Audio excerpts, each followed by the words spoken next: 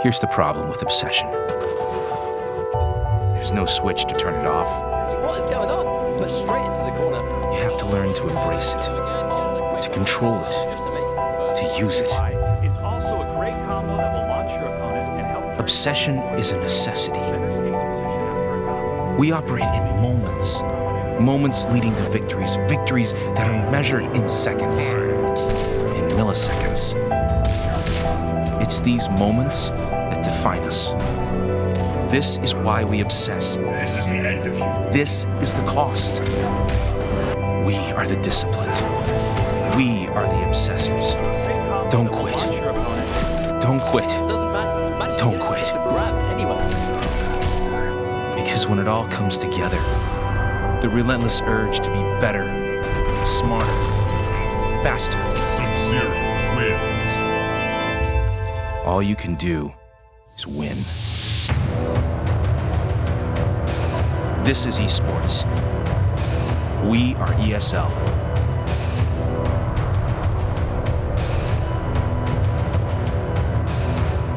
Welcome to the Mortal Kombat X Pro League.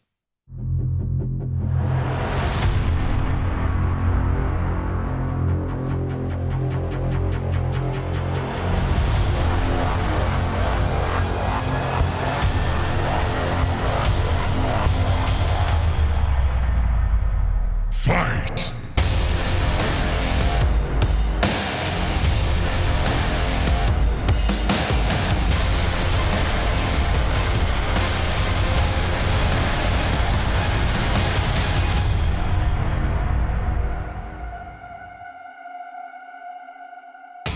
Welcome to the Mortal Kombat X Pro League Season 3 Finals, presented by PlayStation 4.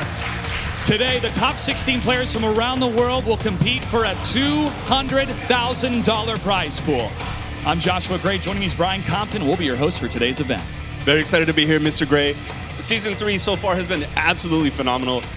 Along with some returning champions, the majority of the field today are actually new to the finals. I expect nothing short of epic matches and quite possibly some massive upsets. Each one of our players qualified for this event based on the online weekly tournaments that we hosted, or they secured a spot based off their performance at 2 offline events, Masters Challenge Santiago and Combo Breaker. Let's take a look at some of the biggest moments that happened in Season 3. And he goes in, nice meter burn reversal there from Boki. Gets the corner repositioning into knockdown. Oh, he just slight execution there. Nice up one to the anti-air. Then there you go, lovely whip punish on the standing 3 into meter burn teleport. What a read. Uh-oh. Oh, wait. Hang on a minute, hold the phone. Play that back. What happened? That was Storm being godlike. Oh, Quite nice hard to counter hit. poke on that from Jupe. That risky read, but it is going to pay off. This should be the kill, but he drops it. Oh, nice conversion. That's what we're talking about. Down 1A all day. He's going to get the confirm. Irish Madness. 1-2. Into the knock punch. Irish Madness is going to take Foxy Grandpa and win week 4. I mean, Madden might still be able to pull this back. 10 seconds, I'm not sure. Oh, catches him. Not enough damage. Goes to damage. Gets the throw, but wonderful attempt to keep himself alive. 3 seconds after the clock. He's going to try and go. Oh, Madden right in the clock once again, taking round 1. Foxy's going to take this round clean. That's going to be a nice 35%. Nice block, tries the backdash, doesn't work out. Now stuck in the corner. Here comes Dragon for a comeback.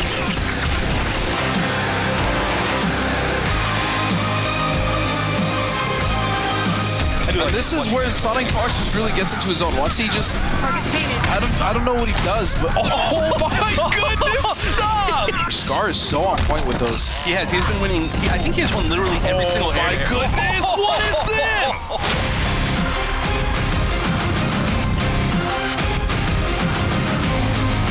And there it is, high take. Oh, that was so sick. Tries to set back, but that down 4 is going to get challenged. Full combo from Foxy.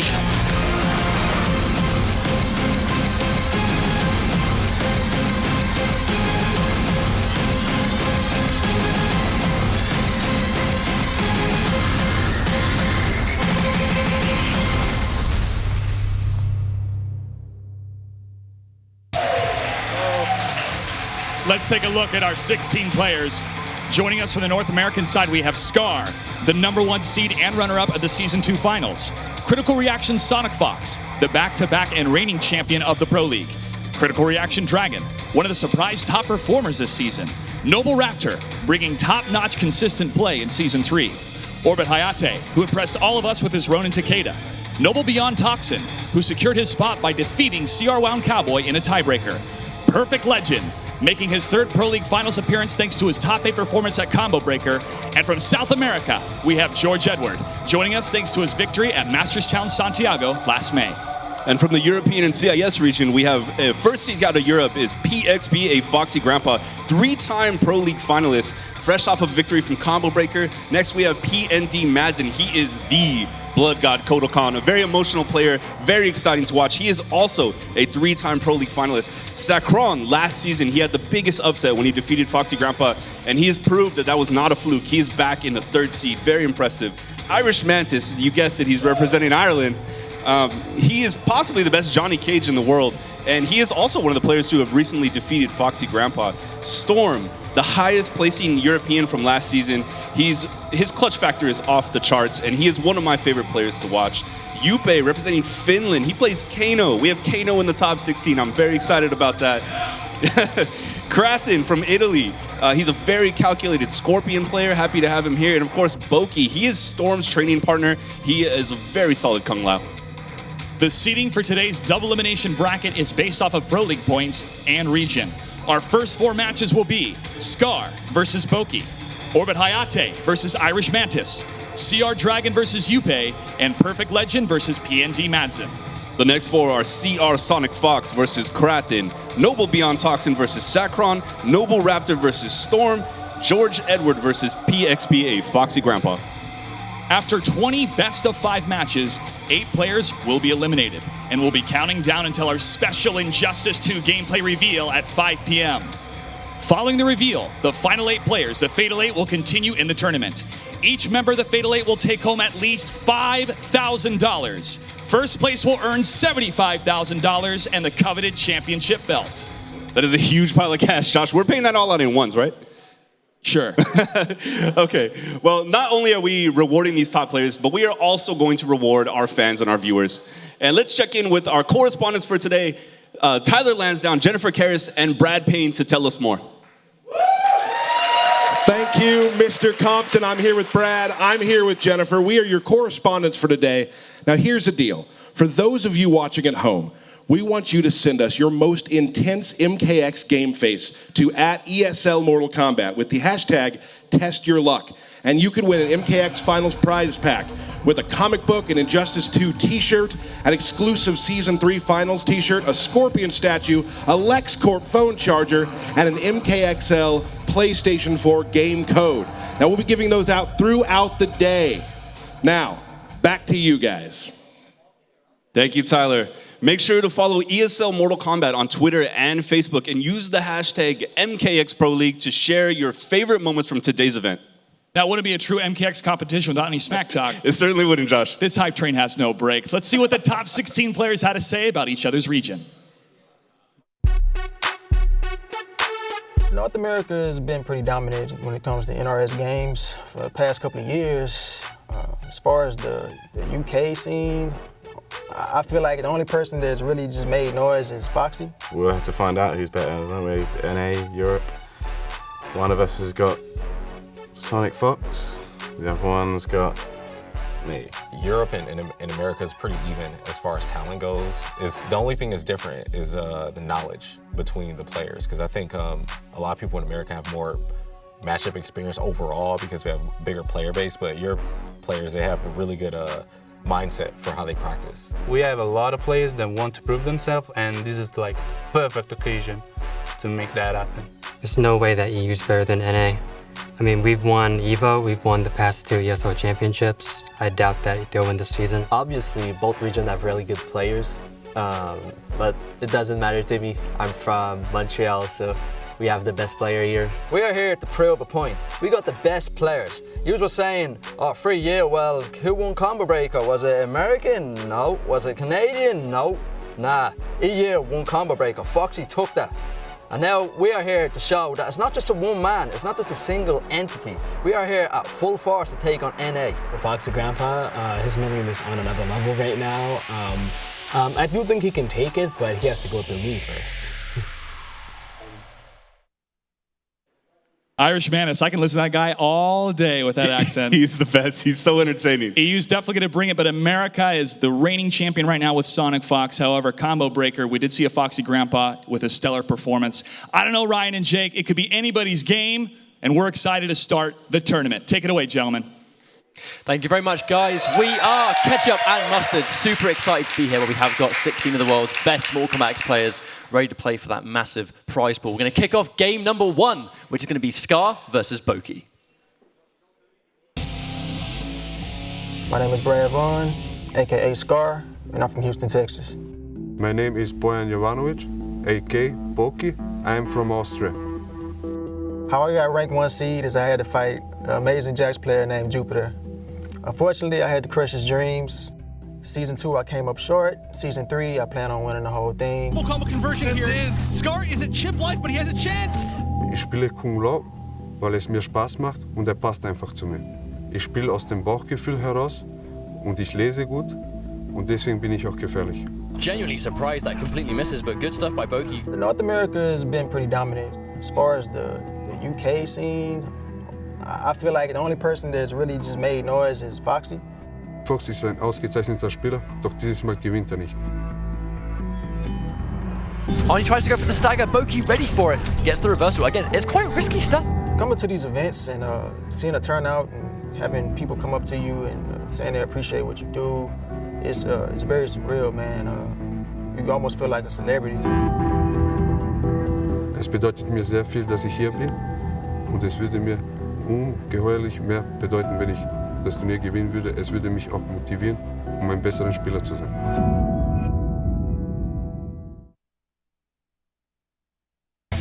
So here we are. We are 8 weeks through and we are at the Season 3 finals where Scar, a lot of people that have been talking about their predictions to win, their favorites to win, the top 3 we're hearing is Foxy Grandpa, Sonic Fox and Scar. Those 3 are consistently up there. And let's not forget, Scar did take 2nd place at Season 2.